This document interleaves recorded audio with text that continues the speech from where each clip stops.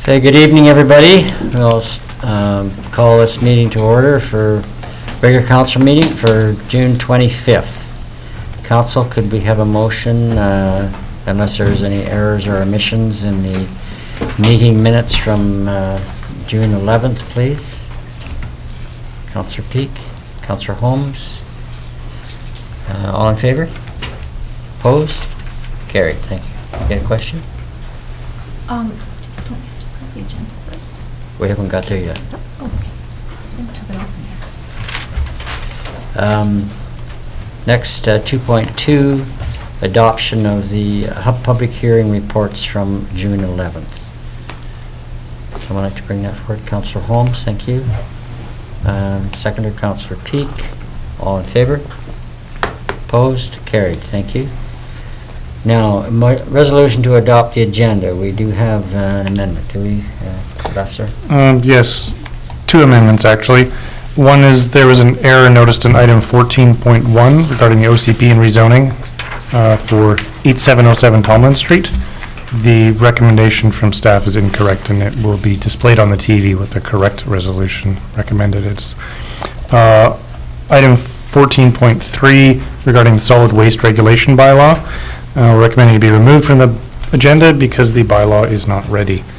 There's some issues with it. Okay, Council, can we have the agenda adopted as amended, please? Councillor Carlson, Councillor Peak, all in favor? Sir, Opposed? can I ask a question? Yes, Just of on the course. amendment, is so 14.2 and 14.3 or? No, 14.1 and 14.2. No, 14.2 remains. The adoption of the fees and charges remains. It's just a solid waste bylaw that's Okay. reviewed. Okay, Thanks. thank you, Councillor Yep. Holmes. Do all in favor of it? All in favor? I guess. Thank you, carried. Okay, no statutory hearings, no delegations, correct?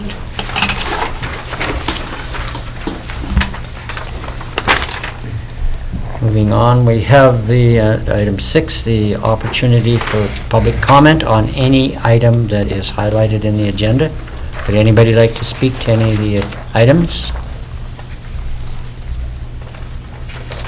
Okay, seeing none, we'll move ahead to my report.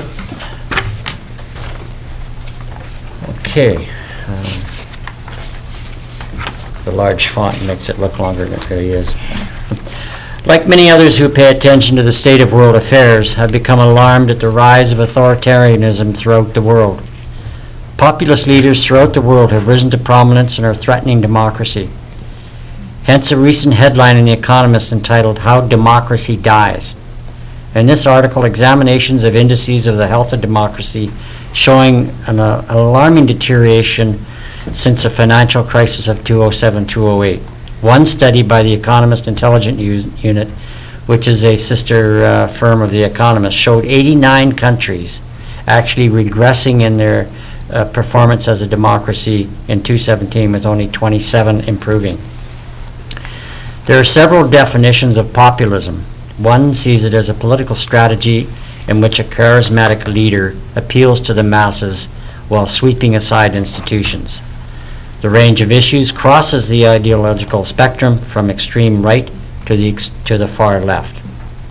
Through the 1930s, during and after the Great Depression, Hitler rose to power using the power of fear and rhetoric to push aside democratic norms.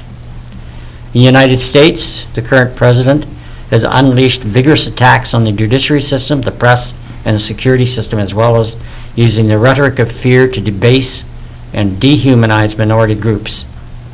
President Trump's outrageous hyperbole and trashing of world order is unprecedented and is extremely disturbing.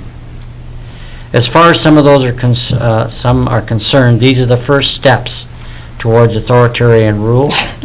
And I think even today there was a suggestion in one of his very common Twitter comments this morning that immigrants should be actually turned away at the border with no judicial hearings or anything at all, which is really against the rulings of law from about 1896. As far as I'm concerned, some of these are the very first steps towards authoritarian rule. I was shocked at the power of executive orders issued by the President. But Article 2 of the U.S. Constitution vests executive power in the President, which gives him the power to oversee and direct various aspects of the executive branch. But he must not act in opposition to the law. The checks and balances built into the system should preserve the democratic system in the United States, but only if individuals and government bodies have the courage to address such overreach. I believe that President Trump's rhetoric has lowered the bar to what now seems the norm for civility. Misinformation and facts and lack of facts and what is accepted in the public realm. This approach to discussion and communication is spread. Anybody now uses social media to quickly and effectively spread misleading and false information, to pressure larger community groups and elected officials. Individuals and groups can feel intimidated from speaking their opinions. Business groups feel threatened and will not speak out of fear of boycotts. This is also called bullying, and on an individual and a community-wide basis. As far as I'm concerned, these activities threaten democratic process, and they threaten effective, honest, open discussion. When this does occur, the whole community loses. It's a slippery slope, and it starts very small. So, thank you. That's my report for today. My turn?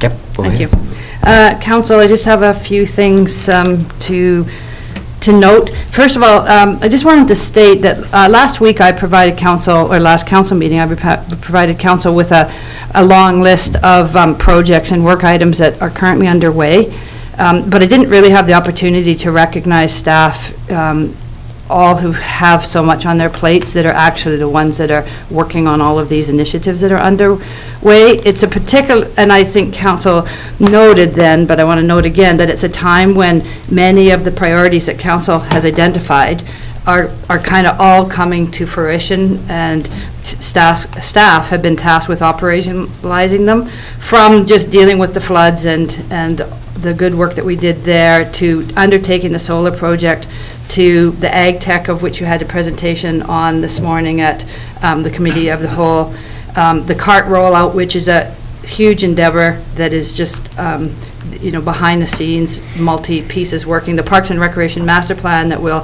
hear about today, and the Arts and Cultural Center, which we're having an open house tomorrow for the public input on the new designs. Those are all things that are all individual on their own, are large undertakings, and I think it's very important that I just make a statement that, staff is particularly busy coordinating. None of these are handled by one individual. It's each and every one, and I didn't say a lot, so I may have missed some big projects that are underway that I'm not mentioning, but each one takes a coordination of a number of people. So I just wanted to recognize how much we have going on here. Having said that, an extra thanks today to the crews, the electrical crews, the water and utility crews, the works people. That storm last night was severe. There was unprecedented amount of trees down. We had pockets of electricity out all day. We searched for other whether contractors or other communities that have electrical utilities to have staff. Our guys have been working over 16 hours straight now, and have the choice, of course, after a certain amount of time, whether they continue working or not. And they've just been committed to try to get us back on track as quickly as possible. So that's the kind of stuff that we do have here. I already mentioned the open house for tomorrow for the Arts and Cultural Center. And then in HR news, I just would like to formally inform council that we have employed Corey Gain as our Director of Development Services. Corey will start with us on July the 13th. Corey is currently the Director of Development Services in Peachland. Prior to Peachland, she was in Kelowna. She comes with a wealth of planning and development background, an approving officer background. And so we're very much looking forward to Corey coming. We have Marnie Mander starting tomorrow in a human resource role, and Jeremy Storvalt will be our new general manager of the electrical utility. We're very fortunate to have Jeremy joining us. He is coming from Yukon Energy, and he and his wife and 2 children will be moving down to Summerland over the next month. He starts on August 16th. On a less happy note, I would like to state that we will be losing Alex Condor. Alex has been with us over 5 years now.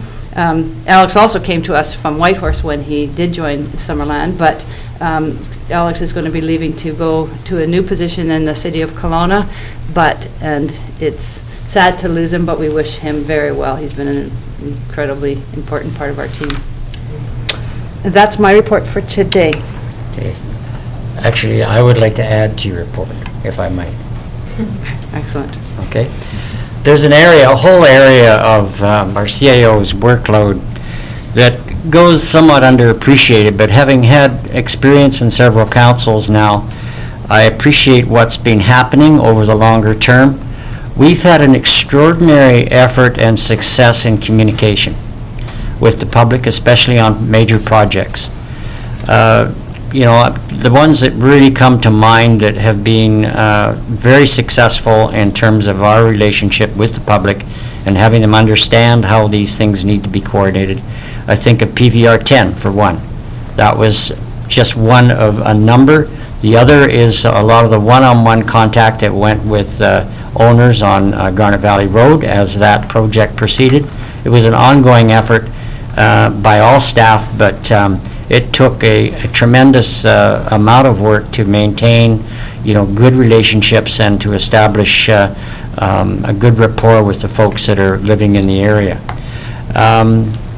A couple of others I'd like to mention. We've had a very enriched approach to our financial seminars that prior to our budget finishing, and those have been very well received, and after having done a lot of seminars myself, I appreciate how thorough, thank you, how thorough those have.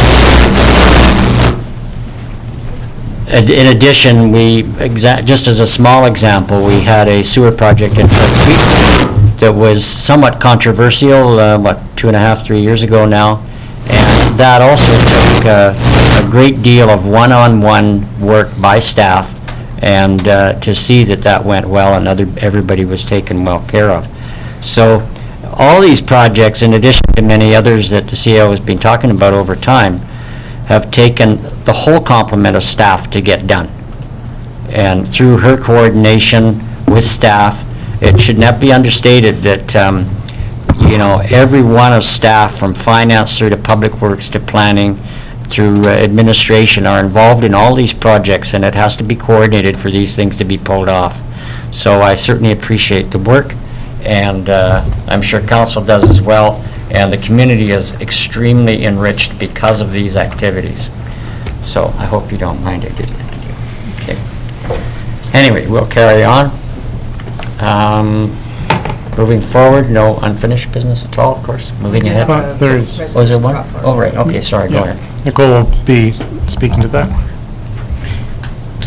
There is one resolution coming forward from this morning's committee of the whole meeting, and the CAO Linda was on. Oh, right. We just wanted to note that we did have the Ag Tech presentation from Andreas this morning and others. Just as an introduction, council did give us some direction to explore, and it'll be coming formally back to a regular council meeting for further conversation once we can take some of those ideas and put them into a proposed further direction. So, but that one you would move it to accept it in this meeting. Okay, so we'll do that now. I'll move it. Wait, carry on. I'll move it. Okay, thank you. Seconder, please, Councillor Peak. Any further discussion? All in favor? Opposed? Carried. Thank you very much. Moving ahead to correspondence. There's a number of items there. Would anybody like to pull anything from correspondence for comment? No? Good. Councillor Booth?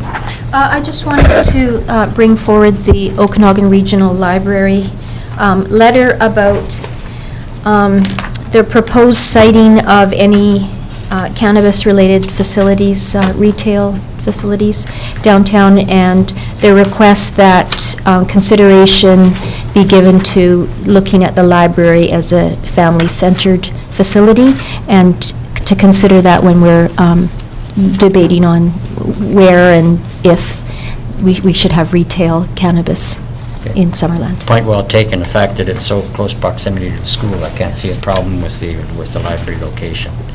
So could we have a motion to receive the correspondence item, please? Councillor Trainer, thank you. Councillor Barkle, all in favor? Opposed? Carried, thank you. 10.2. We've got the Ag Advisory Committee minutes and the Park and Rec Commission minutes. We have a motion to receive. Councillor Just a- Carlson, yes? A note, I was at the Ag Advisory Committee meeting, but my name isn't on the minutes. So just if that should be there or not. Did you sit up straight? I was present. Okay. We will make that amendment. Okay, That's all I thank you. see. So I will move the motion As to receive amended? for information. As amended, seconded, please. Councillor Peak, thank you. All in favor? Opposed? Carried, thank you. Moving on to 11.1, Mr. Condor. Thank you very much.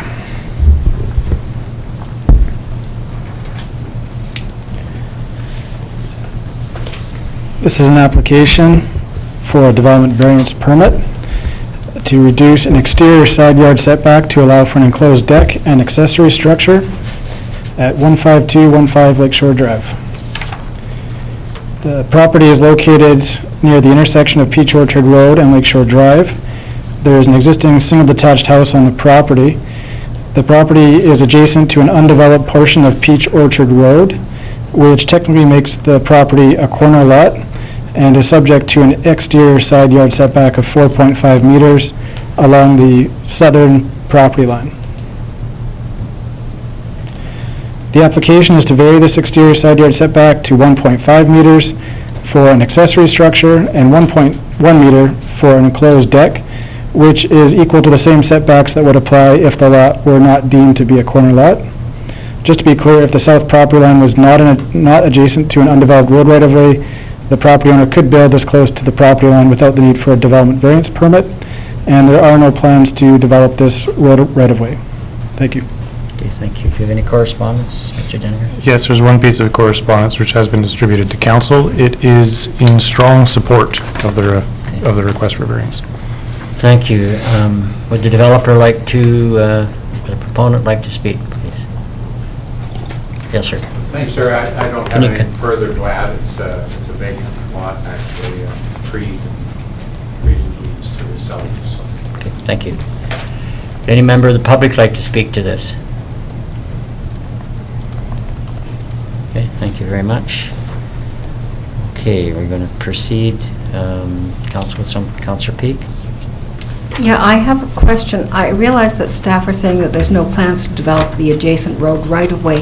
However, I might note of the fact that we perhaps at some point might need more parking down there. If we had decided to put more parking in at a future date, does that make any difference to these adjustments? There's no impacts to the park anticipated as part of this variance request, just to be clear. Thank you very kindly. Councillor Carlson? No, I will move the recommendation to approve the the resolution as presented. Okay, thank you. The seconder, please. Councillor Holmes, thank you very much. Any further discussion? Okay, all in favor? Opposed? Carried. Thank you. 11.2, development permit for the long title there. Mr. Condor. Thank you very much, Mr. Mayor. This is an application to develop a single detached house on a property that is within the high hazard development permit area, commonly referred to as the red zone, at a property located at number 105-6114 Faircrest Street. The property is a vacant lot within the existing Summerland Sky Strata development. The lot is located in the high hazard development permit area, which means that a development permit is required prior to the owner obtaining a building permit. In accordance with the development permit guidelines stated in the official community plan, A geotechnical report has been prepared and submitted by a professional engineering firm, Rockland Consulting. The report notes that there is low potential for a landslide on the subject property and that the site may be used safely for the residential housing use intended. The report also indicates several mitigating measures required for foundation design and drainage that the developer will be required to follow if the DP is approved. Thank you. Thank you very much. Any questions of the planner, please, council? Councillor Peak? More question, did we receive any correspondence on this? No. Thank you. Okay. Someone like to bring that forward, please? Pardon me? Just to be clear on the correspondence, though, it's not a development variance permit, so it wasn't average. It wouldn't have been circulated. Exactly, that way. yeah. Thank you very kindly. Someone like to bring that forward, please? Just, Councillor sir, Hall. just clarification, so why was it brought for? Because it's in a high hazard area? Is that why Pardon me? it comes to council? We have development permits required for those areas, just so that council, it's a double check on those development permits. It needs council approval. Because it's in a high hazard? Yes. Yeah, okay, thanks. Okay, would someone like to bring that forward? Councillor Peak? The development permit for Plan KAS 4007 at 105-6114 Faircrest Street to construct a single-family dwelling in the high-hazard area be approved. Seconder, please. Councillor Carlson, thank you. Any further discussion? Councillor Just have Booth? a question. It says in the report that the geotechnical report that this is a low hazard for a slope slippage. What is the liability of the district if something were to happen? I guess this is a question for the CAO? So, it's the district's responsibility to take due care on any of these kind of high-hazard areas. We rely on a geotechnical report being complete, and we can't be geotechnical experts ourselves, so we need to review the completeness of the report and the accuracy, the information, and ensure that what's in place is actually what happens, as far as Mr. Condor said, as far as having it registered that these particular situations need to be followed. So it's not particular, it shouldn't be. You can never say you don't have liability, but because we followed the process and actually how to process to require a geotechnical report being done, it would probably be quite low. Okay, thank you. Councillor Peak? That question prompted a thought on my own part. When this would have been set out as subdivision, would there have been a requirement for that type of report on the subdivision being set up? Yeah, there was indeed. So when the subdivision occurred, I think around 2005, if I remember correctly, there was geotechnical work done at that time, and there's actually covenants on the property that speak to the subdivision. And then now that we're at the development stage, this is a more specific report for this specific building. Thank you, I appreciate that background. Yeah, it's pretty standard approach to ensure that... understand, I just yeah. wanted Okay, clarification. thank you. Okay, someone like to bring that forward, or did we get that? We did. Got that? Seconder? Yeah. Okay, all in favor? Opposed? Carried. Thank you. Okay, moving on to 11.3. These 5 items, council, are for our introduction. They will proceed to APC after this, so we'll get further discussion later on these items, if I understand, but at this point, it's to bring our attention to these items. Is that correct, Mr. Planner? That's correct. Yeah. Yep. So, CAO or Mr. Condor? Okay, thank you very much, Mr. Mayor. So as you mentioned, staff are introducing several applications to amend the OCP and zoning bylaw, and we're asking council direction to process the applications further, and we'll return again with detailed comprehensive reports for each of these applications. So I'm briefly going to go through all 5. An application has been received to amend the OCP from open to agricultural and rezone from forest grazing to A2 agricultural large acreage for a property located at 27410 Garnet Valley Road. The property is not located in the ALR. An application has been received to allow for an indoor recreation as a site-specific use for the property at 9304 Jubilee Road East. There is a fitness club located on the property, and this club has been authorized by a temporary use permit. The temporary use permit has now expired, and instead of applying to renew the permit, the property owners are applying to rezone the property to allow for the gym to operate on a permanent basis. An application has been received to allow for the use of contractor service general as a site-specific use at 15823 Logie Road. The subject site is zoned M1, light industrial. This zone allows for contractor services limited, which restricts outdoor storage. A civil construction company is intending to open a business at this location and has made an application to allow for contractor services general as the business requires outdoor storage of heavy equipment and construction materials. An application is being received to allow for the use of brewing and distilling at 13220 Victoria Road. The application is to operate a brew pub that would include brewing on the premises. The zoning bylaw currently does not have a specific use for brew pubs, which operate as a restaurant open to the public, but also manufacture alcohol on site. And lastly, a rezoning application has been received to change the zone of the properties at 12817 and 12801 Kelly Avenue to a comprehensive development zone to allow for a 4-story mixed-use building with 88 dwelling units and 4,000 square feet of commercial retail space. In March of 2008, the district entered into an agreement for the sale of the properties following a public invitation to submit offers. The rezoning proposal reflects what was proposed during the process, and a development permit application is also being submitted in conjunction with the rezoning application. Thank you. Okay, thank you. Any questions of the planner? But I remind you that this is sort of an introductory thing at this point, so go ahead, Councillor Carlson. Just one regarding the open to agricultural rezone from ag forest grazing to A2 large acreage out in Garnet Valley.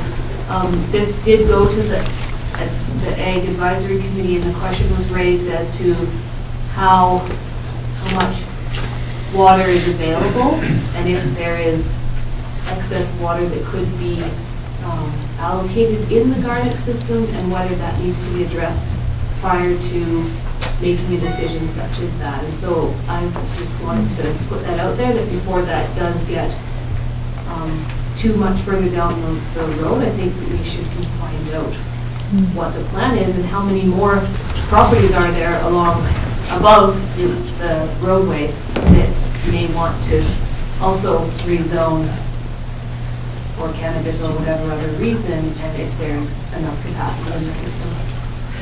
Mr. Condor, is that a question that gets addressed once it is handled by the APC and goes to staff? Yeah, just to clarify, that's exactly the kind of detail, Mr. Mayor, that we would provide in a comprehensive report specific to this application. Okay, good, thank you. Is that satisfactory, Councillor? Okay, thank you. Any other questions? Yes, Councillor Barkle. So just sort of thinking down the road on that sort of an application, assuming that the capacity of the water supply in Garnet Valley is... So this is a question, Councillor Barkle, that I think was just addressed? That this was I've got a question. Okay, this is a detail that will be addressed after APC and It's more of staff a has a general chance. question. Okay, make it brief, please. About the process. If, figuring that there's a finite capacity for water supply in the Garnet Valley area, is it sort of a first come, first serve for applications for new water, and then engineering would tell us, well, we can't really supply any more properties? Is that how it would go? I'd have to look into that further, Councillor.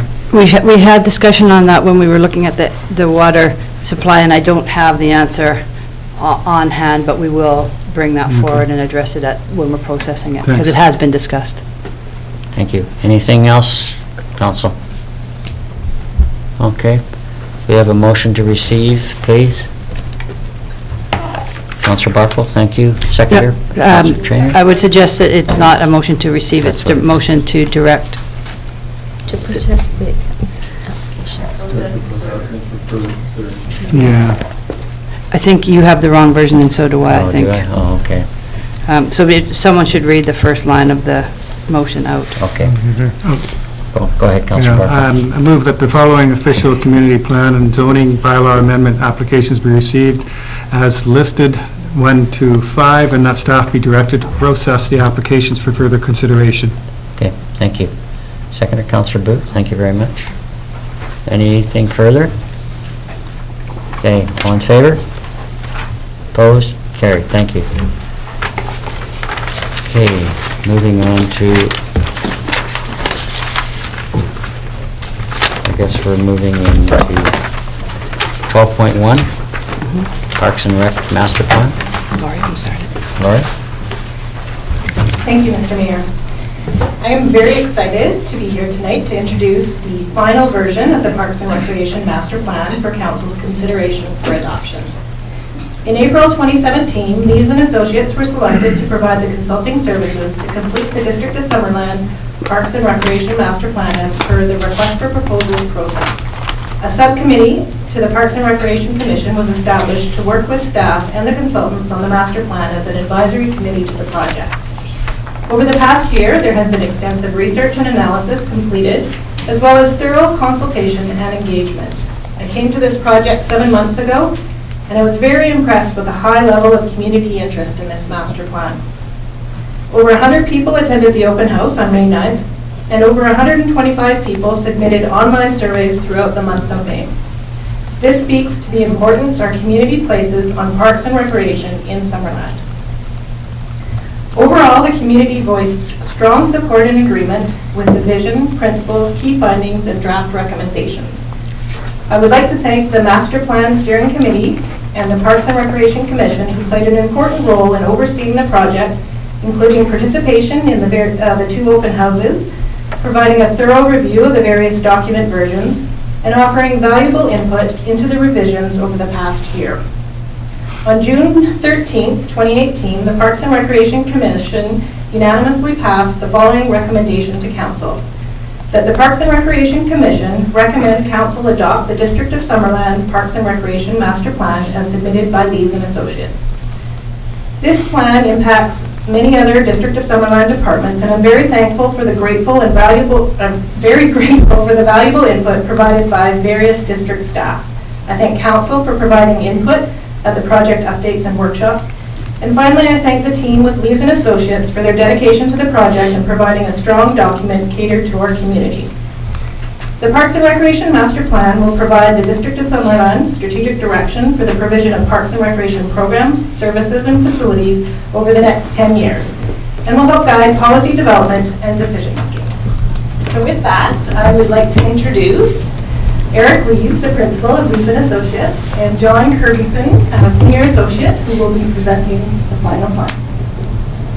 Thank Thanks, you. Lori. Mr. Lees. Thank you, Lori.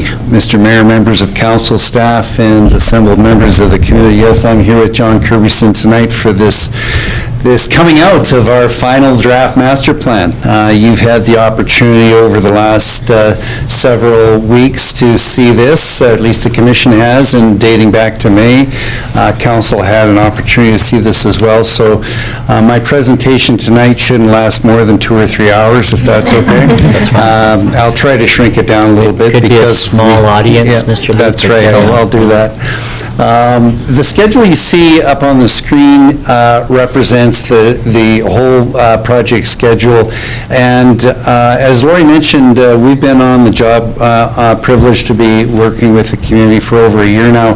We had originally hoped to bring this to you much sooner, but soon after Lori came on board, we made the collective and mutual decision that rather than doing a fast job, we wanted to do a good job, and I hope you'll agree at the end of the evening to adopt it based on that premise. I think we're all very proud of the work that's been done here, and no less of which council and the Parks and Rec Commission and staff have contributed to it.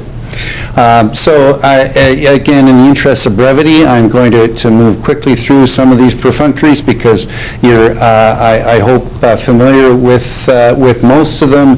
For members of the audience or others who want more detail, the PowerPoint's available. Of course, the plan will be available shortly, and we're happy to answer more questions. Lori has already outlined some of the key elements of the engagement summary. You'll hear this as a refrain throughout the presentation as well. What an engaged community you have.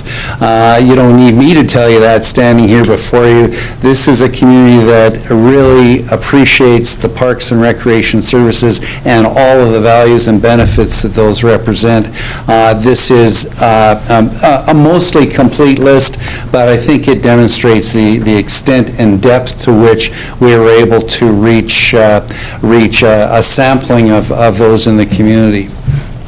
Some of the key themes, Mr. Mayor, that have arisen: a strong community spirit, generally an understanding that the parks and trails are excellent, albeit there's a need for some TLC here and there, especially with respect to some maintenance and upgrades, some more signage, strong support for upgrade and replacement of the aquatic center and the arena.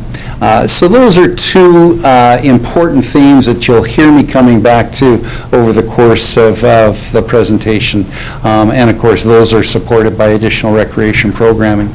We had the wonderful opportunity to work with your youth in a couple different ways. And I'll talk more specifically about how towards the end, but they really appreciate the town character, safety, and walkability. However, they don't really feel there's enough for older teenagers. They're interested in participating and helping to plan those programs. And they would like a variety of new amenities, places to socialize, outdoor sports, play, trails, rinks, dog parks, and pleased to note that you're already well underway with your skate park. So hats off to you for getting on with that. And their suggestion for more festivals, movies, concerts in the park. So we'll come back to some more specifics around that, but I want to specifically mention the youth. I'm going to come up for Eric here for a sec, let you read this vision statement to yourselves.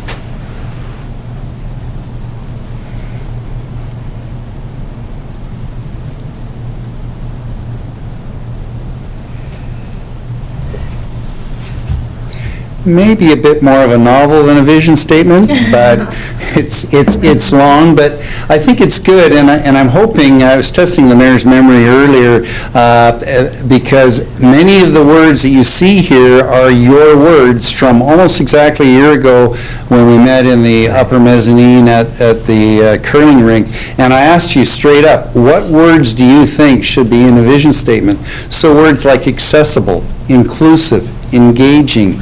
Choice was a word which we've not included here, but I think is included. The idea of taking advantage of the distinctive natural setting, flourishing artistic and cultural communities.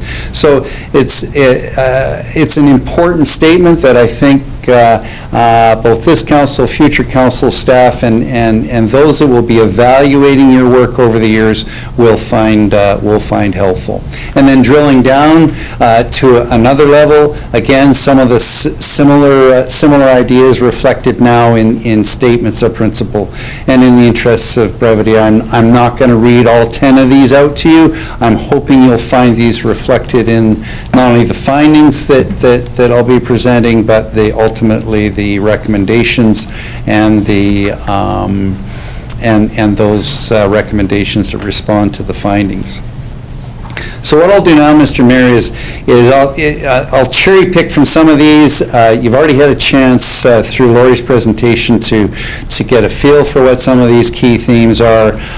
So I'll talk about some of the key findings in recreation, in facilities, parks, and ultimately programming and the organization of the department basically under those headings. But in general, your indoor facilities are on par with similar sized communities. You're lacking a gymnasium. you are lacking a gymnasium, and your pool and your rink facilities are aging. You hear the refrain there? Residents also feel that there should be more indoor recreation facilities and programming.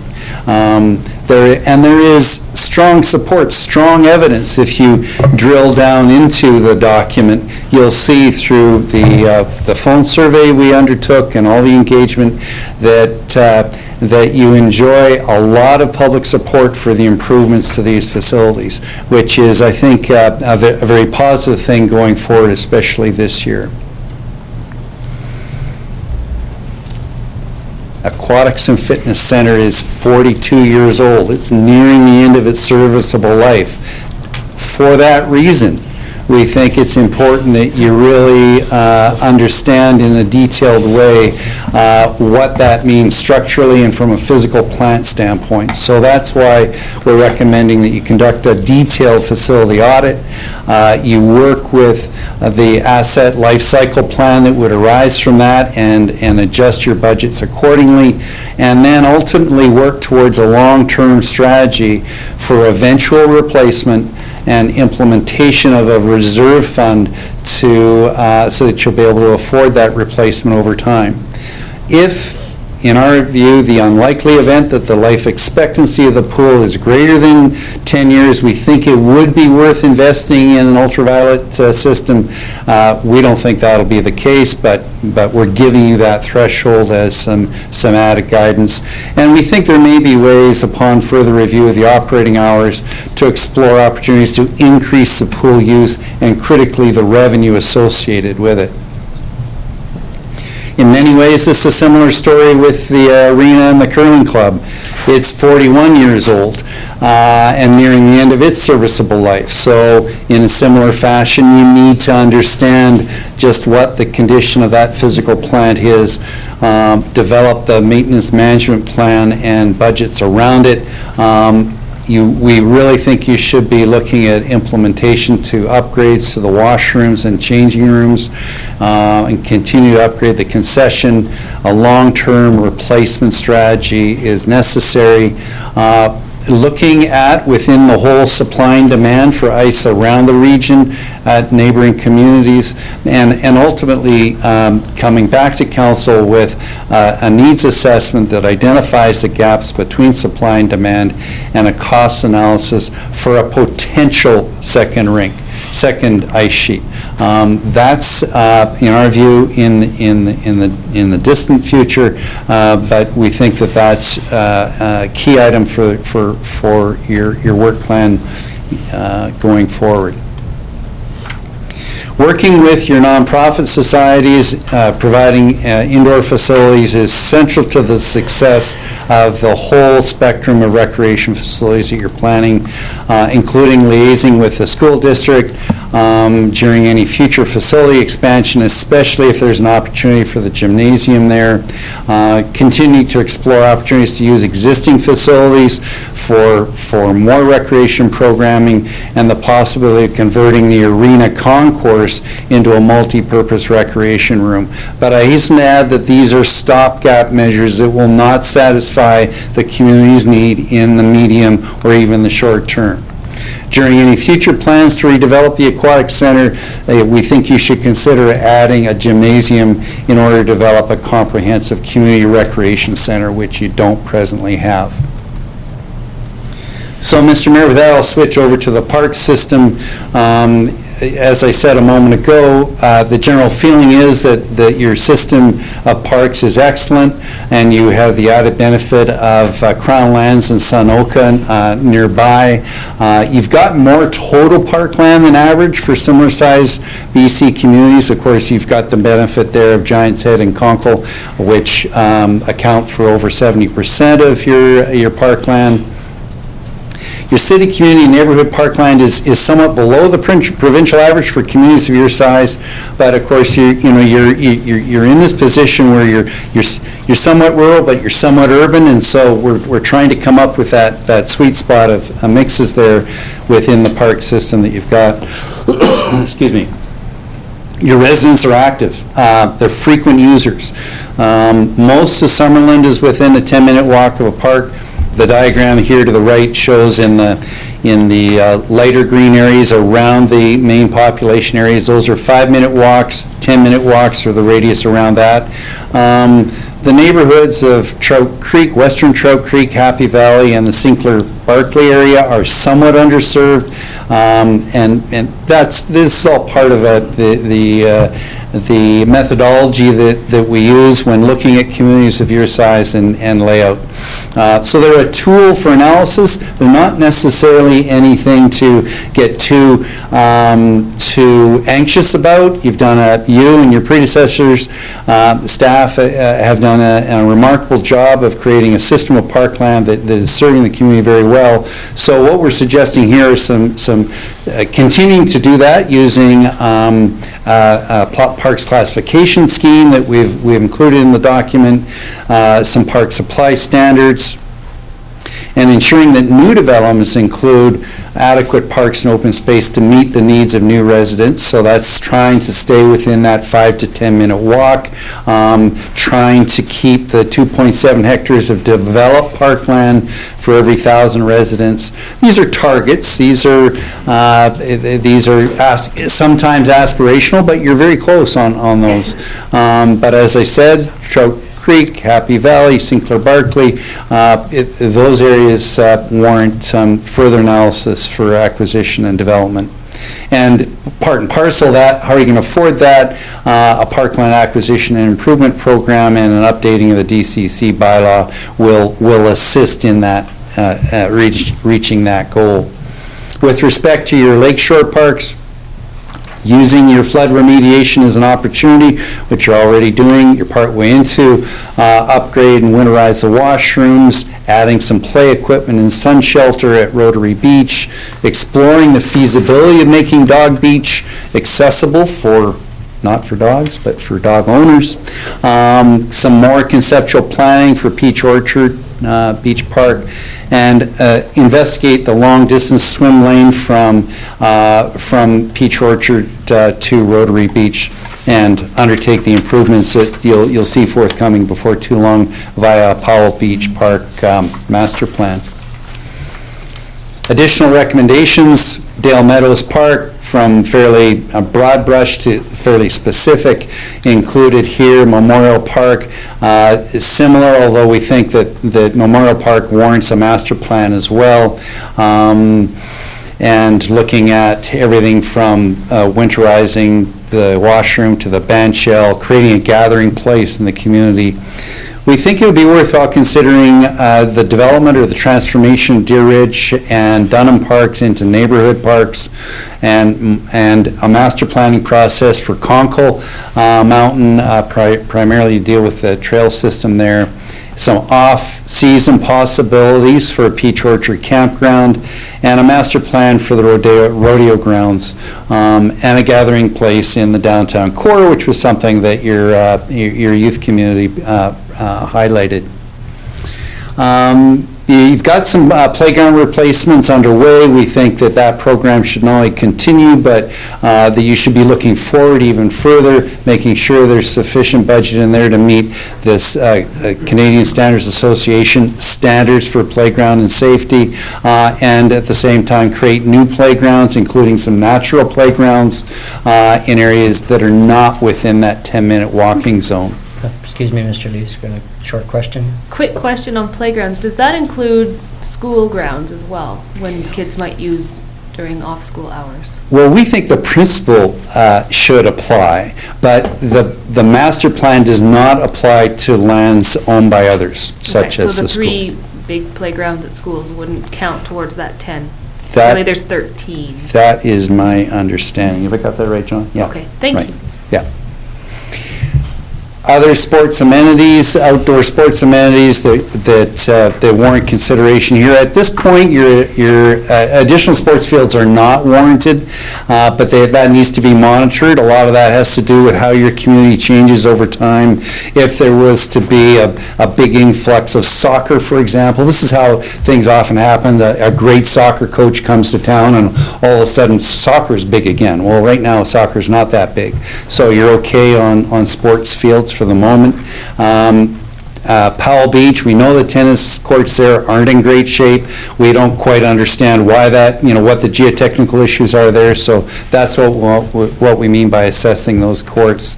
Working with the school district, this goes to Councillor's comments a moment ago, Mr. Mayor, with respect to rehabilitating some of their facilities to meet the community's needs. The old question of how to accommodate pickleball continues to come up, and we have some suggestions here for how that could happen, and exploring potentially the long-term dedicated site for outdoor pickleball is worth considering. We looked at some length at places for dogs, Mr. Mayor. This was a Parks and Rec master plan, not necessarily a dog strategy. We received a number of submissions from dog owners and the Association of Dog Owners. These are the results of that work. We think it is worth exploring options for one or more full-time year-round off-leash dog parks, exploring the option for allowing dogs off-leash at certain times of a day or month, which is a common strategy that we've seen implemented successfully in many places, and exploring the feasibility of making Dog Beach more accessible, which I mentioned earlier, and revising your dog regulations bylaw so it's meeting all of Council's expectations and with respect to permitting and ultimately enforcement. This is a Parks and Rec master plan. It's not a trails plan. As much as we would love to have gone, if you'll excuse me, down that path, we didn't in a great deal of detail, but as I'm sure you're well aware, trails are one of the most popular amenities, if not pieces of infrastructure in the community. So we think Trails Master Plan is warranted. A cycling network plan is also warranted. And collaborating with the SOSCP and others to understand and inventory the ecological values in those parks and the trails that go through them is worthy of funding and including in future work plans. So switching over to the programming side of things, the community clearly has a desire for more programming and better programming. Your programming is presently delivered by a combination of direct delivery by your staff, but also with nonprofit organizations and clubs, which is a fantastic model. It's one reason, if not the main reason, you've been able to remain as lean as you have on the staff level. But that's, that has its limit. You can only do so much within your limited capacity. And so this is why we really think that there should be not only adherence to your facilitator role, which has been your primary model, but really understanding how much more you can continue to do with partnerships and community engagement. We think a marketing plan and strategy could help to reach non-users and optimize participation of the existing facilities. Obviously, you always want to do as much as you can with the facilities you have before you build new ones, but there is a limit here. So, continuing the ongoing evaluation of your programming requirements, which of course is what your staff have been doing so well. Keep that facilitator role. We're not suggesting a fundamental shift there. I mentioned marketing and promotion. You need to make sure that joint use agreement with the school district is reviewed and updated on a regular basis. Those facilities are fundamental to the delivery of recreation services in the community, and so you want to make sure that liaison liaison continues effectively. Collaborate with regional organizations on services at a regional scale where that makes sense. Expand your programming for children's and family and seniors. Increase flexibility and drop-in programs. A youth engagement strategy, we started down that path a bit. You obviously have a dynamic youth population here. They need, just like we all do, care and attention, and a youth engagement strategy is warranted. We think working with the Chamber to identify opportunities for tourism and special events will further enhance your system of facilities and programming, and potentially even pay for some of those that are on the horizon. And we really think you need an events policy, including corporate donations, sponsorship, and naming rights policy around that. We took an overview look, Mr. Mayor, at service delivery. These are some of the key findings here. I'm not going to go into this in a whole lot of detail, except to say that your cost recovery is about average for a community of your size. Obviously, every business unit wants to be moving much closer to cost recovery than 34%, but that's really hard to do when you have aging facilities and not that many people. So you shouldn't beat yourself up too much around that, but there are some suggestions we have, including, where possible, increasing those fees. We're not big fans of benchmarking per se, because every community is unique, but understanding where you sit in the regional context is important there.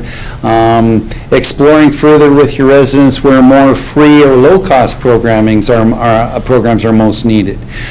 Generally in the area of physical literacy, of care for families in need, and care for seniors and rehabilitation, just as by way of a few examples. There may be some further opportunities to not only increase the fees, but increase the recreation revenues in some other areas. Some policy around commercial use as a potential source, for example. And we think conducting a capacity review, organizational review has its own kind of interpretation, but what we're really getting at here is not so much the leadership, which we're very confident in, but ensuring that the long-term capacity of the department, especially as you assume more responsibilities around events or other aspects of community services, is sustainable over time. You've got a small staff group and you don't want to burn them out. And so to that end, it warrants a look at the Recreation Department and the core services, roles and responsibilities that are being delivered there, and potentially under the guise of a departmental operational plan. We had wonderful feedback on the draft master plan. We've talked about the open house. We had 125 survey responses online. Generally, a very high level of support with the recommendations, the visions, and the principles, to the extent that, I mean, this is just off the charts in our experience working up and down the valley. The amount of agreement around the suggested recommendations, right from top to bottom, with you know, what's our lowest one here at 71%, and the anomaly there is, of course, some of the older people don't think that we should be putting more money into playgrounds. The families think we should be putting a lot of money into playgrounds, so that's, you know, maybe that's to be expected. Places for dogs may be a little bit lower, but still, you know, these are high responses, and ones that if I'm in your shoes, I'm thrilled to take back to the community. This is just a graphic of how we did some of that assembly of where we think the emphasis should be. I won't read through this whole list because I've got more to follow that are included within the implementation plan. So if you really want to get to the meat of the matter, this is the chapter you flip to, Mr. Mayor. We have some funding strategies in here. We have some monitoring and implementation strategies in here. And then each recommendation is included in in the table with some priority around it, some time frame around it, and some estimated capital and operating costs. And I hasten to add that these costs are what I would consider recommended budget allowances. So when your staff come forward to you, this is a great place to look and see just how, hold my feet to the fire as your consultant, but not to use these as this is what we have to borrow tomorrow to accomplish. These are recommended budget allowances for the generation of your short and long-term capital and operating plans. The contingencies that we, as you might imagine, we have to include in those estimates is just so high that I hesitate to even call them estimates, estimated costs. They are recommended budget allowances. And perhaps this is the time, Mr. Mayor, to emphasize that this document is not a commitment to spend. It is a path forward. So that goes hand in hand with the recommended budget allowances we're talking about here. You're not making a commitment to the community that you're going to spend X millions of dollars on one item or another. You've got a path forward here, and we've prioritized those. Back to the refrain, your aquatic and fitness center you need to plan for the replacement of it and the curling rink. If there's one message to take away from tonight, it's that those two facilities you need to plan for their replacement. You have a brand new library, you have an open house tomorrow for your arts and culture center. Coming up in the next number of years, in the near future, these will be the two facilities that will be on your front burner. Says he in ignorance of your other infrastructure requirements, which I'm sure there are many. With respect to parks, yes, they, generally speaking, the community feels they're in good shape. However, we think, obviously, washroom upgrade, you need to modernize your washrooms. There's some simple things like the Band Shell Memorial Park, working in a gathering place downtown as you do your urban planning, implementing the Powell Beach Master Plan, including the tennis courts, looking at pickleball, feasibility of Dog Beach, exploring options for the off-leash area, replacing the playgrounds. So in our experience, in the greater scheme of things, these are not huge, big-ticket items. We're not coming to you saying you need 5 more soccer fields, you need 6 more ball diamonds. You've already got your skate park underway, which is a big-ticket item in itself. Having said that, each one of these takes some effort. As your chief operating officer was saying earlier this evening, every one of these things takes effort. So you want to make sure you're using all the tools in your toolkit to accomplish them. Trails, I've mentioned, you need a plan for both that and cycling. You need to look at the youth engagement strategy around the programming side. An events policy would certainly help in the management of that workload. And looking at the recreation service delivery, the model that you have is good. You just want to make sure that it's sustainable over time. We suggest that updating the terms of reference for your Parks and Rec Commission it's always a good practice. Now, sometime in the near future, it makes a lot of sense. So with that, Mr. Mayor, I thank you for your attention and all the support that you and your staff have provided over the last year. Thank you. That was wrong. That Council's questions. Okay. 3 of those playgrounds are on school property. 3 of those playgrounds are on school property. Okay, so they do count. Thank you for that. Thank you. Thanks. So any questions from Mr. Dees? Councillor Peak? Yeah, thank you very much, Mr. Lees. You do a good job of presenting the summation of that. My question is regarding the off-season use of Peach Orchard Campground. Could you give me some idea of what that kind of thing would entail or include? Through the chair, Mr. Mayor? Well, presently you have a playground that's there and the pickleball courts. There's more open space that's still potentially available for use by the community. Perhaps it's another seasonal off-leash dog park, for example. So there's that space that sits empty from September through till the spring. Eventually, when you're looking for more of that open space opportunity, there's some potential there. Thank you very much, Sean. Councillor Holmes? Yeah, thank you. I think it's a really good report. I think it's very comprehensive.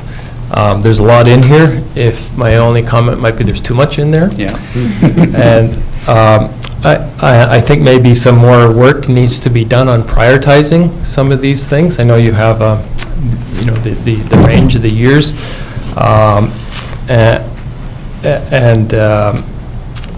And as you mentioned, everything takes, all of these things take some effort. So I guess I'm just wondering if some of these things in here, you kind of see as stopgap measures to get to the longer term solutions. And I'm just wondering, can we skip some of these stopgap initiatives and go straight to the longer term ones? And so I'll use that as example. When we converted those pickleball, those courts into the pickleball things at the campground, that was seen as a kind of a temporary solution that we would then use, not thinking it was the long-term one, but because we knew we need to have some dedicated sites somewhere. But now I see in the report that, we still recognize that, but then we're talking about how we can, have another interim measure until we get there. So I'm thinking, let's just skip that. Probably the way the setup in the campground now is probably really good for campers, which is presumably the long-term solution for the campground, right?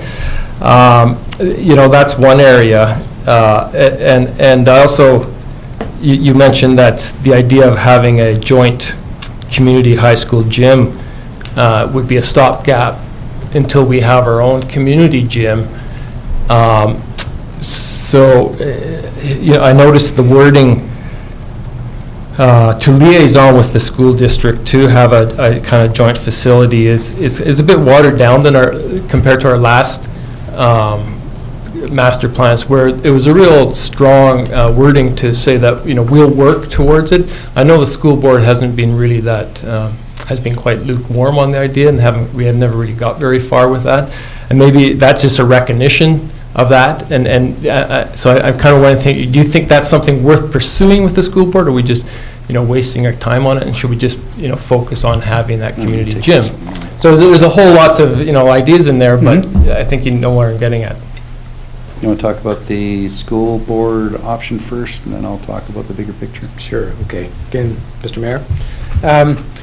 Well, a great opportunity to be able to do a joint gymnasium with the school, but we can't speak for the school, and I don't know what their position is. I don't know how much school time they require for a gym, for example, before we come along and say we should have a shared opportunity. So we can only speak to the desire and the potential that would be useful, but it needs some negotiation with them. And as well, just having a joint use agreement with the school board, school district, I think would help that on an ongoing basis, the dialogue with them over that facility and other shared facilities. It would help you, or both organizations, come to a more common understanding if there was that document had a closer relationship in that discussion of use of facilities. Well said. And if I might, Mr. Mayor, through to Councillor Holmes, one of the challenges in bringing forward a master plan like this is finding that right level of specificity. And you're right, this is probably maybe an inch too thick as it is. And the priorities that we've included in here are our best crack at the priorities with a lot of help from staff. We know that over time, those are going to shift.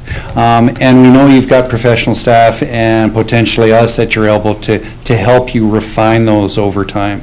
You need to remain agile. You need to be able to address the pickleball group that's standing here and on your case, and so you need to be creative at times. And we're also conscious of the fact that you don't have endlessly deep pockets. And so, if anything, maybe we've erred to the side of caution a little too much, but frankly, I'd rather do that and not have you build a whole bunch of white elephants, number one, without really understanding the need, and secondly, within an envelope that is affordable within a limited tax base. Can I just add to Sure, that? go ahead. Just typically as well, as soon as we get a master plan and if council adopts it, that becomes the guiding document for our staff, for the recreation manager and other staff to be whenever they're bringing suggestions to council, focused on budget, or when grant opportunities come, they'll use it and they'll start to work and prioritize it. That will be what Lori uses as her guiding document in making recommendations forward. So it'll be very helpful to have that updated one. Councillor Trainer, then Councillor Barkle. Go ahead, please. I just have a question with regards to planning for park spaces. So if a new development proposal comes forward, would it reference this document in terms of park space and how that would apply to that development? I think in the overall, CO, anything? Or They talked about the 10-minute walking, for Right, it example. wouldn't necessarily specifically, but it could reference in general, the principle could be referenced for sure. You know, if we I were was just looking thinking back, of- looking at cash in lieu or actually taking parkland, and we would look back to see what, it would certainly be one of the documents that would be Okay, considered. because it's fresh in our minds, but I was thinking like future councils, like I think there's really good recommendations in here with regards to parkland and creating new land, and so I was wondering if it was included then I in think- the reports that we get. That's a good thought. I think in terms of in lieu money, as the CAO mentioned, when you have a document like this, that money can then be looked at as to, okay, where's the most appropriate location to be using those funds to address any inequities in balance, so to speak, you know? Because to put a park, for example, or to force a developer to say you got to put a park there, may not actually be advantageous in terms of the location versus the bulk of the community. So, you know, that's the freedom of in lieu money, and then we go back to this guiding document, and Lori looks at it and says, okay, this is the money that we want to put in a kitty for future development use of parks. So I think that's... But further Okay. to that, and maybe more to your point than I made originally, you'll note that the proposed resolution is that the plan be adopted, and it doesn't say received or it's adopted, because as council was aware, we have a number of plans in District of Summerland, some that were in existence before you came. It's been our intent to bring some of them forward and say, which ones are we actually using and referencing? When we have questions about parkland, it needs to be automatic. What does the master plan say when we're looking at budgeting and grant opportunities? So it is our intent absolutely to continue this process. When we receive, when council adopts a plan, until the direction is given otherwise, it will be referenced when we're dealing with anything that relates to it. Yeah, that's great. That's what I wanted to know. Thanks. Councillor Barkle. Yeah, along those lines, I was just wondering where we go from here. I mean, will council have an opportunity, say in committee of the whole, to look at some of these high priorities and assign our priorities to them, or to maybe wait until we receive something from staff that say, you know, we'd like to get at these things right away and we think it'll cost X number of dollars, or just, you know, what is going to be the I think approach? that's the intent that I believe, you know, when we, as the CAO just said, when we adopt, and we actually kind of set it in stone that that's the guiding principles, and so then Laurie and staff can look at that and say, okay, what does council want to do with it in certain aspects? They'll bring stuff forward for budget. But we would, So- even before that, I think that the next step would be to, you know, over the next month or so, to be able to review, to come with like, as you said, in a committee of the whole meeting, to say, here's some of the things in here, and get the initial So that steps going. So that would help Yeah, guide so that Laurie you a bit. could, because we're already having conversations on kind of some of the pieces that are in it. Yeah, I'd like to be able to have some input there. Go ahead. Did you have another question, Councillor Barkle? No, I just, Okay. I wanted to add to that. Yeah, I mean, if it that's the comes- answer I'd like, yeah. yeah. Yeah, okay. Yeah, Councillor Holmes? So in that committee of the whole meeting, where we address things like, I read in here, there are some things you could say are competing priorities in a sense. For example, when you're talking about acquiring parkland, you know, the acquiring and developing neighborhood parks, you're competing for the exact same dollars as continuing to acquire and develop lakeshore parkland, right? And so where are those dollars, what is our priority here Right. for acquiring parkland, right? So that's, you know, I'd like some clarity on that. Absolutely, and that's, you know, it's taking the plan, which is the same, similar to a strategic plan, and beginning to operationalize it, and then, so bringing it to with our thoughts, and then having council provide input on that, on whether or not that's direction that you want to see. Anything further? And if I might, Go ahead. Mr. Mayor, the implementation plan lists all the high priorities and medium and lower priorities, so that gives you kind of the first sorting mechanism to get to those things. Is that okay, Councillor Holmes? Councillor Booth? Thank you, Mr. Mayor. My question is about, I guess it's to the CAO, the Aquatic and Fitness Center. There are a couple of recommendations in there. Conduct detailed facility audit. Am I correct in understanding that that is underway? Yes, the or- RFP is out right now. Great. Just evaluating them now. Oh, good, excellent. And then our asset management plan will take care of the life cycle plan and adjust the budgets and look at Well, a long-term strategic, or a The ass- strategy for that? The asset management plan is very high level, so it's looking at a high level plan, doesn't break it down into components. It's more this detailed assessment that we're having now will be more relevant for that. So that will cover the other couple of recommendations that follow that one? Yes. Okay, thank you. Anything else? Council, any other questions? Councillor Holmes? Just a couple more comments, really. One, these are minor things, but we have talked before about winterizing the washrooms in Memorial Park, and again, I'd just like to reiterate what I said, that I don't think we should focus necessarily on Memorial Park. I think we should focus on washrooms, year-round washrooms somewhere downtown, and maybe the Memorial Park isn't the best place to have winterized washrooms. So I don't think, I hope we don't get bogged down in that just narrow kind of thinking that it's those washrooms that need to be winterized.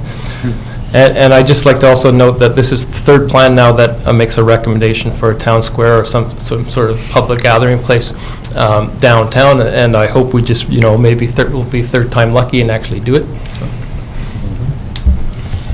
Anybody else? Any further comments, Mr. Lee or Mr. Ferguson? No, just to, on behalf of John and myself, thank you once again. I mean, it's a wholesome discussion here. We're delighted to be able to have worked with you in the community. It's been an honor.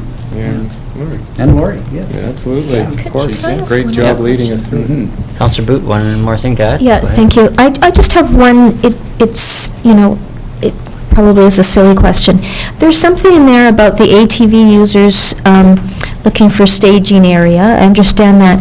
But access to town, I'm not sure that I understand the ATV users liking, wanting access to town. What does that mean?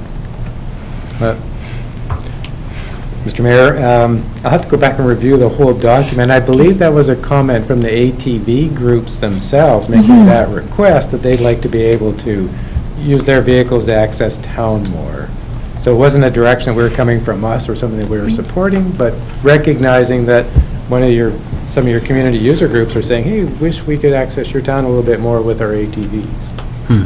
So, like a route from their recreational area into town? Yes. That's an interesting concept. It is an interesting concept. Hence the need for a trails master plan. Yeah. Exactly. That will be. I think, I can see all kinds of interesting stuff coming out of that. Thank you. Okay, anything further, Councillor Peak? I'd like to bring the motion forward, if I might. Please do, yes. That the Parks and Rec Master Plan dated June 20th, 2018 be adopted. June 25th, right? Okay. Seconder, Councillor Boot, yes. All in favor? Opposed? Carried. Thank you very much, and thank you, gentlemen. Oh, That thank was, you, guys. Thank you very much. Great body of work, and we look forward to your input if it's required as we move We'd be forward. delighted. Thank you very much. CAO 12.2. That one, Mr. Deniger will speak to, I believe.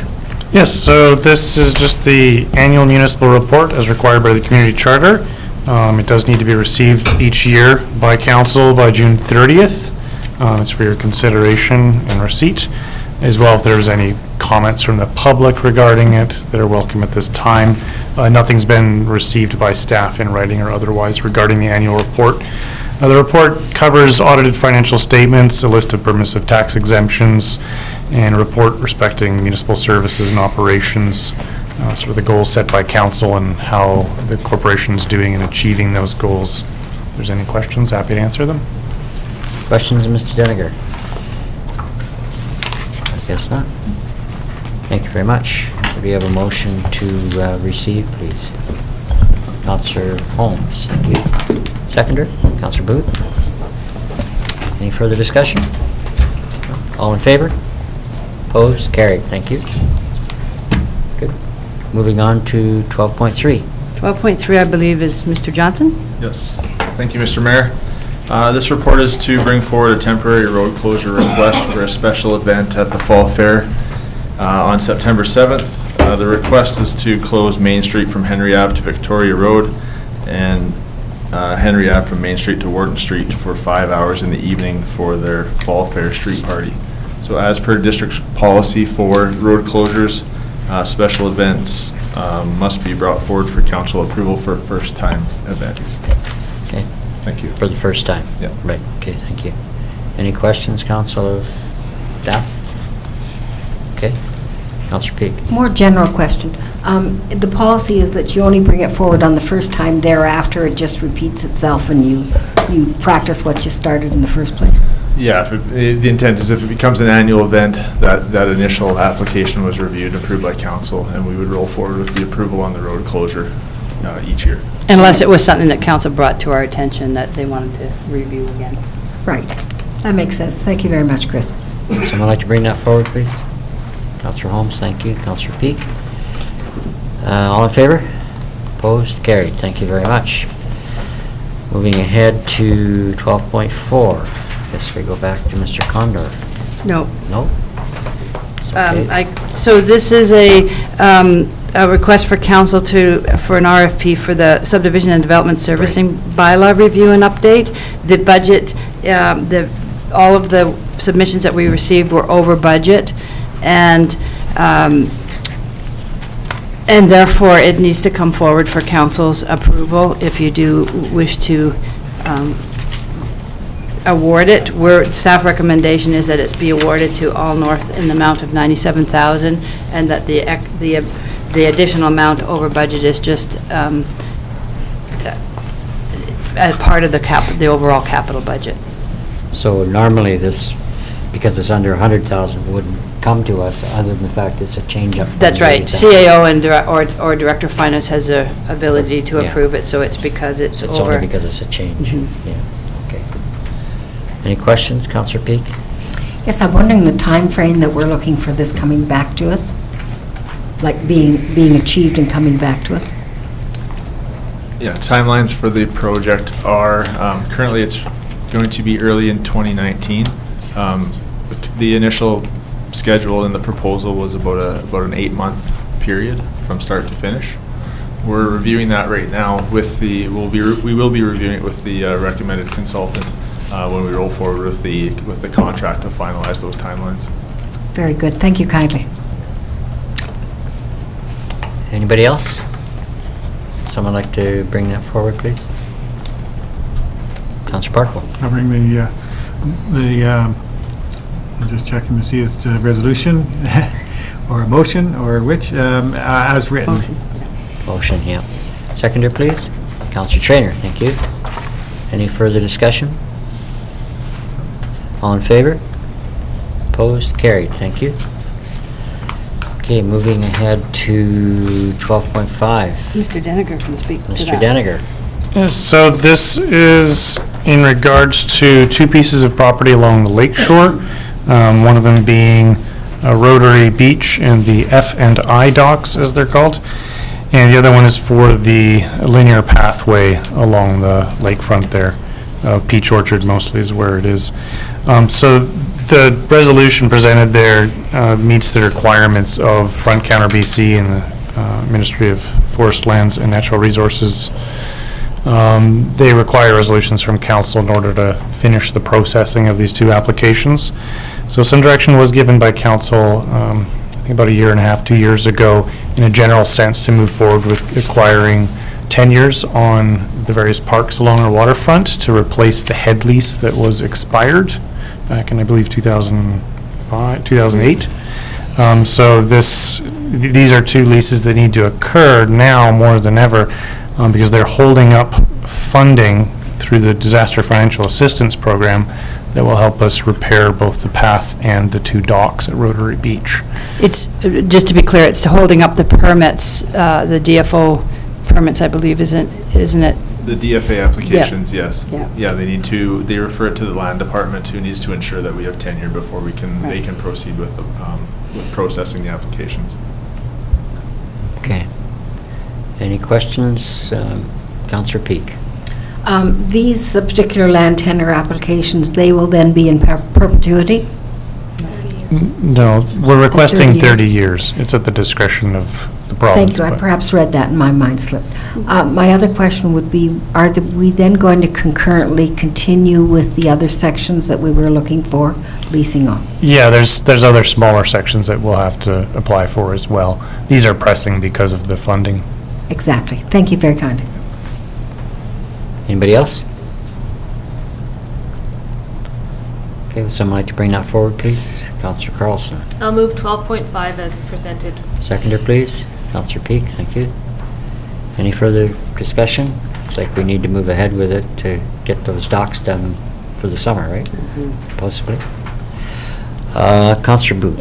I totally agree with you. I just wanted to ask a question. The head lease that we had, that one that expired July 1st, 2008, does that cover the whole foreshore? And this is just for two parcels? It did cover the entire foreshore. These leases are for small portions as recommended by Linro.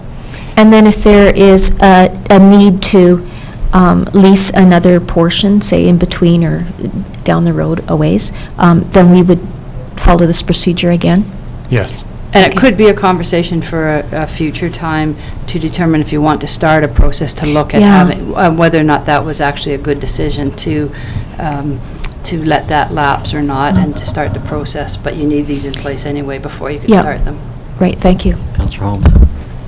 I'm not suggesting this, but Yes, you what would happen if we just went ahead and repaired those docks and, you know, Yeah. what would they? Potential fines, there are potential fines, there's potential holding up of, you need a cooperative you need to have the cooperation.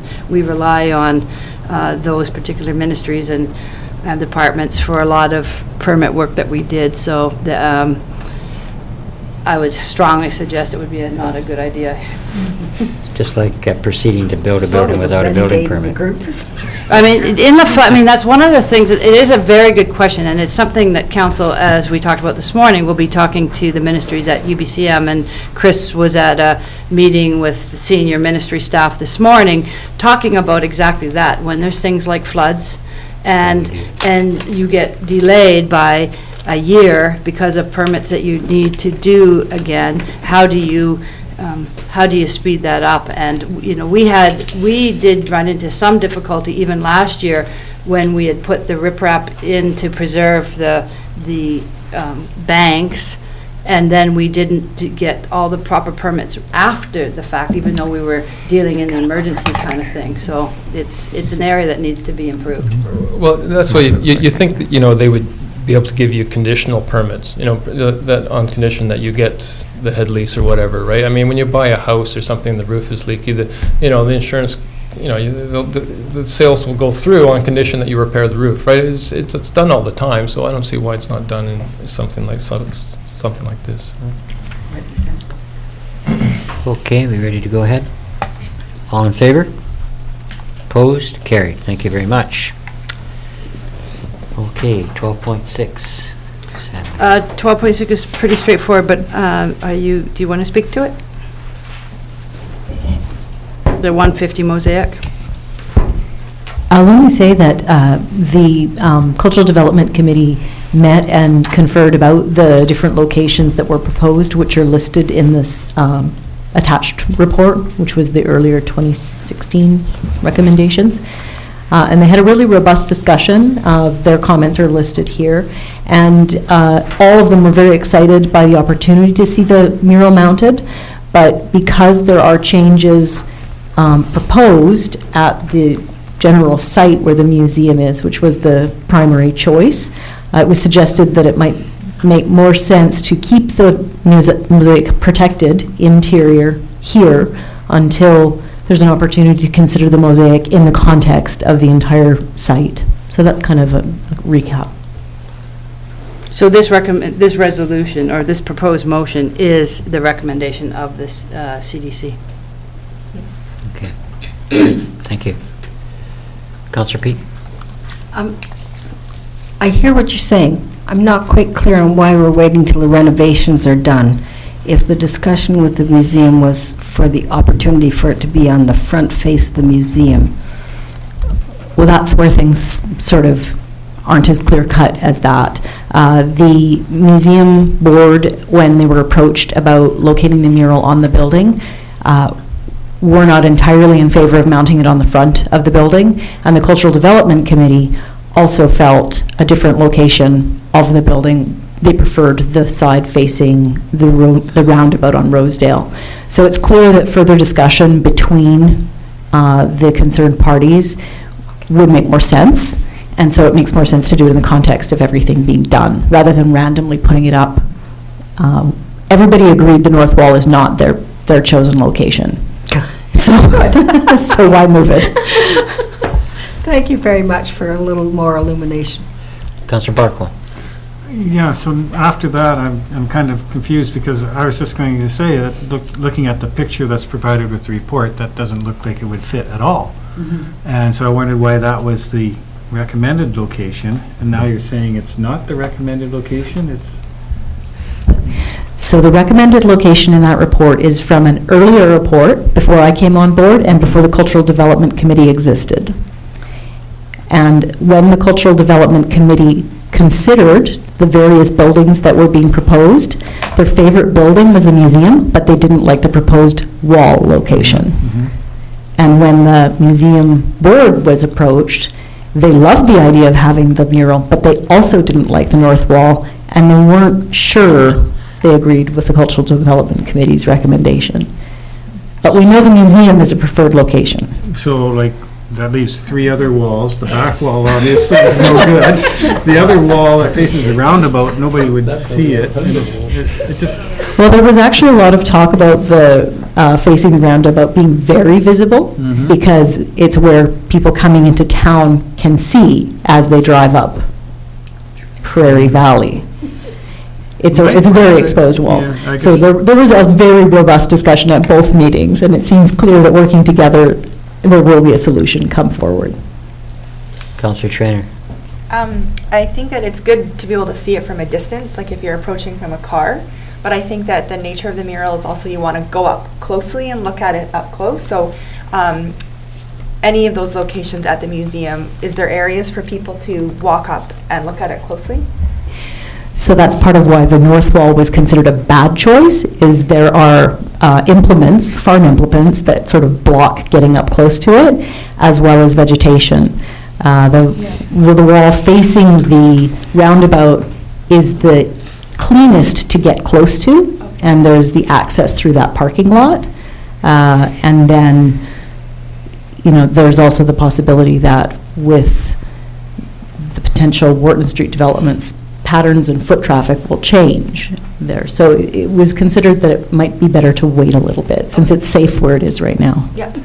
Councillor Barkwell? Are all these sites are outdoor sites? Is there thought given to an indoor location, or was it just like nothing could be found, so none were on the list?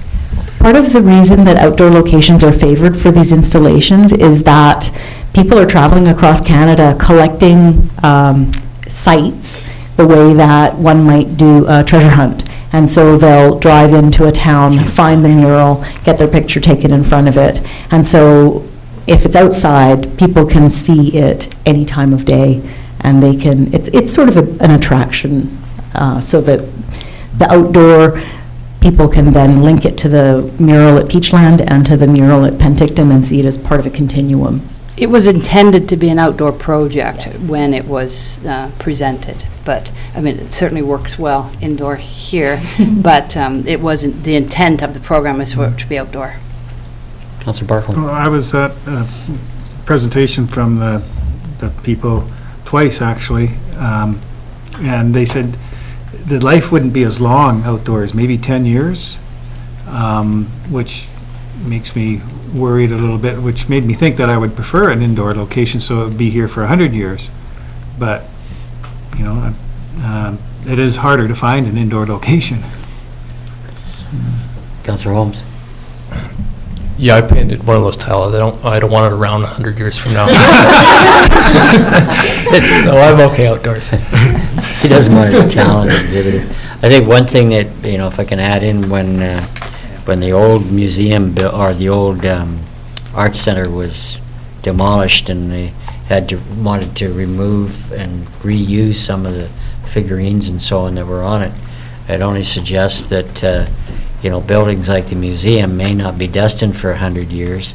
And so when it's put up, it might be best to be looking at a method of placing it so that it can be moved more readily than the difficulties that were involved with those other aspects.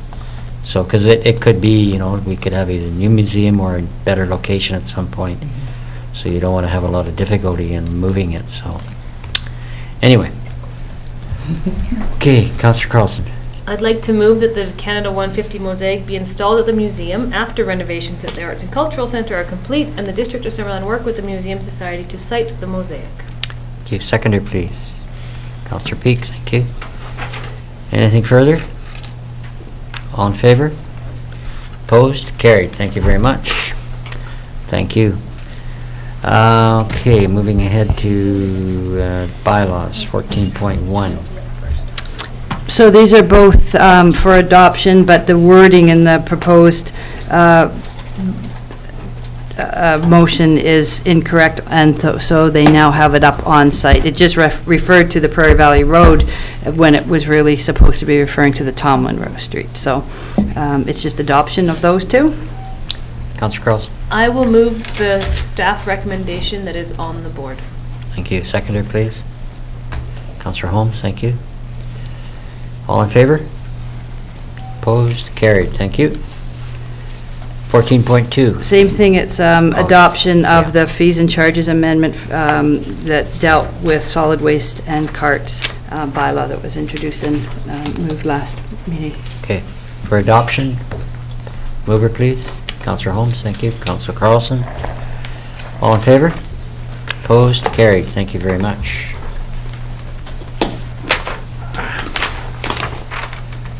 That moves us right on. We're going through 14.3. It's been deleted. On to councillor reports. Councillor Traynor. I don't have too much to report, but I just wanted to congratulate or commend the Parks and Rec Commission again for their work on the Parks and Rec Master Plan. I think they did a really great job, and I couldn't attend the last couple meetings because I had a baby on April 19th, but I really appreciate what they've done, and I just wanted to thank them. And there's only one member here right now. I think everybody else left. Yes. Yeah, but I think that they did a great job, so thank you. Councillor Barkwell. Attended the Heritage Advisory Commission's last meeting of the current membership, and they're pleased with the things that have been done, and they're very excited to see a new sign going to be installed down at Landry Park. I think there'll be an unveiling at some point. Heritage sign for the Gartrail, John and Mary Gartrail. Oh, good. Trail. Yeah. Councillor Boot. Thank you. I attended, and I apologize, I meant to bring some information that I got from this session. On June the 15th, I attended an older adults abuse workshop that was presented by the Community Response Network with representation for the Penticton Indian Band and the Lower Similkameen Indian Band, so I will bring those things in. It really speaks to what to do if you suspect it, and the local and regional contact information for that issue. June the 21st, RDOS, and then I went with the chair of the RDOS to take in a bit of the International Indigenous Peoples Day at the Shatford Centre. Tonight I went to the Seniors Village meet and greet, and that is all I have to report on. Thank you. Councillor Carlson. I have nothing to report. Counselor Holmes? No. Counselor Peak? I'll take their time. No, you won't. Thank you. I went to a youth expo sponsored by Rotary at the museum display opening, and I also attended at the Unisys Open House. I've attended the Art Council Board meeting and the KVR Board meeting, and they will be sending a letter requesting support from the council on a statement of significance, which will help them contribute in the ongoing quest for funds. The Ornamental Gardens had rose tours on the weekend, which I took grandchildren and myself to. They were excellent.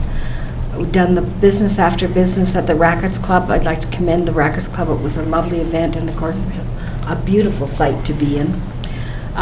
There was the Heritage Mission meeting that Councillor Barkwell was also at, and I took Summerland pins to a Rotary.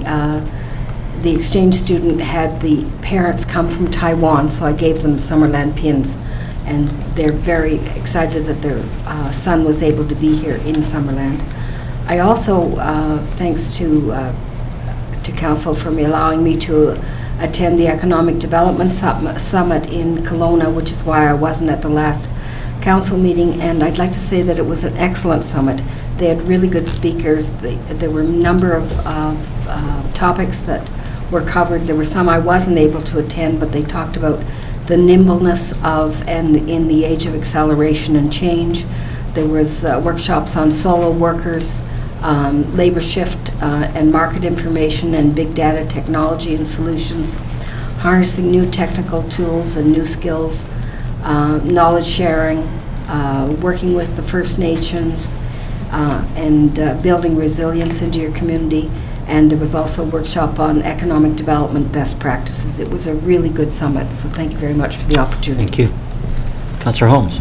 Could I just ask if Councillor Peak, if you could maybe report out on from the summit of some of the learnings that you could share with us, rather than just a kind of a shop. You know, we all attend these lists, and I don't really find a shopping list of all the places that we've went to during the week that useful. But if you could report out some of those learnings, especially the summit, that I think we could all benefit from, I'd appreciate it. Thanks. We appreciate the suggestion, and perhaps that'd be possible when there's a little more time in my life. Thank you very much, Councillor Holmes. Okay. Any member of the public like to speak? Okay. Just you, Jerry. Yeah, okay. No, you're good. Okay. Media. Susan, John. No, good, thank you. Could I have a motion for adjournment, please? Councillor Boot, Councillor Barkle, thank you. All in favor? Carried, thank you.